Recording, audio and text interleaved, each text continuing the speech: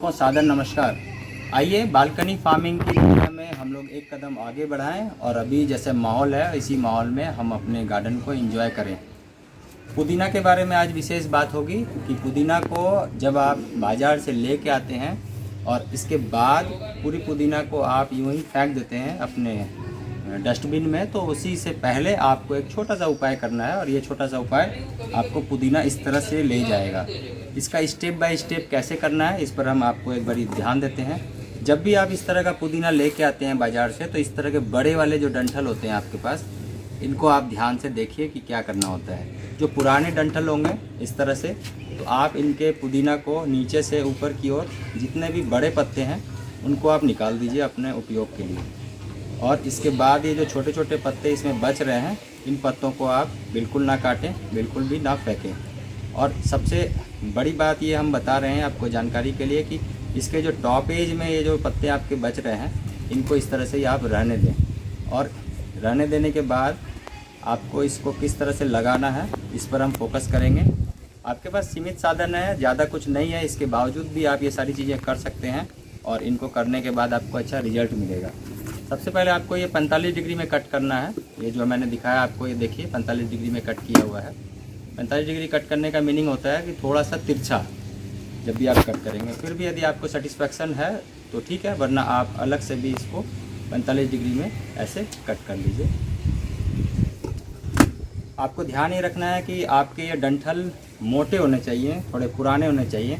आप बिल्कुल ये पतले वाले डंठल पे करेंगे तो ये साथ इफेक्ट काम ना करे।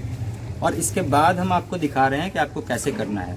मान लीजिए आपके पास बोतल है, ज़्यादा जगह नहीं है, तो उसके बावजूद भी आप कर सकते हैं। आप एक बोतल पानी ले लें और इसमें आपको डालना है एलोवेरा का इस तरह का रस। एलोवेरा का रस आपको 5 चम्मच तक डालना है।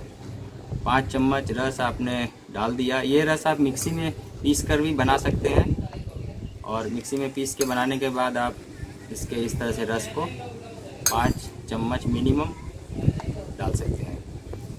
ये पल्प है एलोवेरा का। ग्रीन पार्ट हटाने के बाद जो ये बचता है इसको आप डाल सकते हैं। और अब आपको इसमें डालना है सिर्फ 1 चम्मच शहद। 1 चम्मच शहद इसमें डाल देना है। बहुत ही शानदार माइक्रोन्यूट्रिएंट तैयार हो गया। और अब आपको इसमें एक बारी सेक कर दीजिए, थोड़ा अच्छे से इसको हिला दीजिए, ऊपर से नीचे की ओर कर दीजिए। ऊपर से नीचे की ओर जब आपने कर दिया और ये आपके डंठल हैं, इनको आपने इस पर डाल दिया। इस तरह से आप डाल के रख दीजिए। ट्रांसपेरेंट बोतल होनी चाहिए, जैसे आप देख रहे हैं। ट्रांसपेरेंट बोतल में हम इस प्रोसेस को एक बार फिर से बता रहे हैं आपको। सबसे पहले आपको ध्यान देना है कि जो मोटे पुराने इस तरह के डंठल हो, यदि आप बाजार से भी लेके आ रहे हैं तो उसका भी कर सकते हैं। और उनको 45 डिग्री में कट करने के बाद आपको इस तरह का बोतल लेना है। छोटा बड़ा किसी भी साइज़ का बोतल ले सकते हैं। उसमें आपको डालना है एलोवेरा का रस, छोटे बड़े साइज़ के अकॉर्डिंग। 2 लीटर में हमने 5 चम्मच डाला है और 1 चम्मच आपको डालना है शहद। जब ये दोनों को आप डालते हैं, इसके बाद इसको मिलाना है, सेक करना है पानी को, और उसके बाद आपको ये डाल देना है। अब जो पत्तों में फोटोसिंथेसिस की जो क्रिया है वो यहाँ से स्टार्ट हो जाती है। चूँकि हमने इस पूरे पत्ते को कट नहीं किया है तो यहाँ से ये स्टार्ट हो जाती है। और अब दूसरा प्रोसेस जो मैं बता रहा हूँ वो भी आप ध्यान से देखिए। दूसरे प्रोसेस में है आपको कोकोपीट लेना है।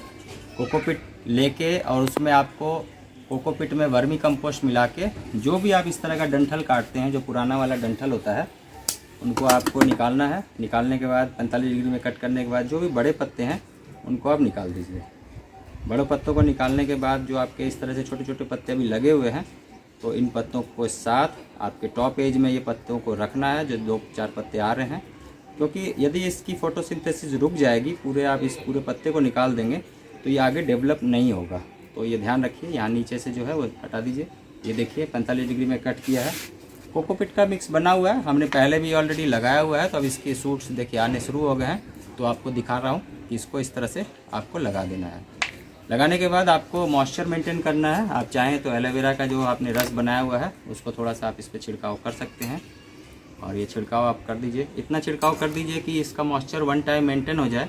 और 7 से 10 दिन के लिए इसे एकदम ऐसी जगह में रखिए जहाँ पर ऊपर से डिफ्यूज लाइट आ रहा हो, डिफ्यूज लाइट का मीनिंग ये होगा कि यहाँ 6 इंच से ऊपर आप जो सनलाइट है, डायरेक्ट सनलाइट है, वो आके रुक जाए और बिल्कुल इसे लाइट मिले फोटोसिंथेसिस के लिए। और एक मॉइस्चर वाली जगह में रख दीजिए जहाँ नमी हो, और उसके बाद आप इसको 7 से 10 दिन के बाद जब आप इसको जड़ से उठाएंगे तो आप देखेंगे छोटे छोटे शूट्स आ रहे हैं। किसी किसी केस में ये 12 से 15 दिन भी हो सकता है, पर आप मान के चलिए कि जब आप 15 दिन के बाद इसको निकालेंगे तो आपके जड़ तैयार हो जाएंगे। इन जड़ को इस तरह से छोटे छोटे पॉट्स में आप शिफ्ट कर लीजिए। जब ये पॉट भर जाए तो आप इनको फिर इस तरह से बड़े पॉट में शिफ्ट कर लीजिए। जब आप इनको इस तरह से बड़े पॉट में शिफ्ट कर लेंगे, इसकी माइक्रो न्यूट्रिएंट मैनेजमेंट आप कर देंगे तो एकदम शानदार रिजल्ट देगा। इस तरह का रिजल्ट आपको देगा। वाटर कंटेंट कितना होगा? वाटर कंटेंट ज़्यादा चाहिए, सोलर ज़्यादा चाहिए धूप में, लेकिन जब हम पौधे छोटे हैं हमारे, वहाँ से यहाँ तक की जो जर्नी है उसमें वाटर कंटेंट का मैनेजमेंट हम पौधों के अकॉर्डिंग करेंगे और सनलाइट का भी उसी प्रोविज़न में करेंगे। एक अहम अभी खास बात ये बता रहा हूँ कि यदि आपने ऐसा सोचा कि ये हमारे पुदीना चल रहे हैं और इनको हम कट ना करेंगे, तो मैं आपको एक जानकारी शेयर कर रहा हूँ कि पुदीना के सारे पत्ते जल जाएंगे। तो आपको बीच बीच में ये पत्ते कट भी करना है और आपको अपने घर में एंजॉय भी करना है। इनमें से जो बच रहे हों, मोटे जो डंठल वाले आपके पत्ते बच रहे हों, तो उनको आप अपने घर में, अपने चटनी में, अपने और भी बहुत सारे शेक्स में यूज़ कर सकते हैं। और इनके अंदर जो बड़े आपको देख रहे हों, डंठल वाले मोटे जो निकल रहे हों, उनको आप इस तरह से लगा सकते हैं। पुदीना की धमक आपके किचन और आपके बागवान को बहुत ही खुशहाल करेगी। बहुत अच्छा फ्रेग्रेंस आ रहा है, बहुत ही शानदार। यहाँ अभी आपको फ्रेग्रेंस तो मिल रहा है, हमें भी मिलता है, और यही फ्रेग्रेंस आपको बाग कर देगी। आइए पुनः जानकारी फिर नए टॉपिक में मिलेंगे, तब तक के लिए बने रहिए। Thank you very much.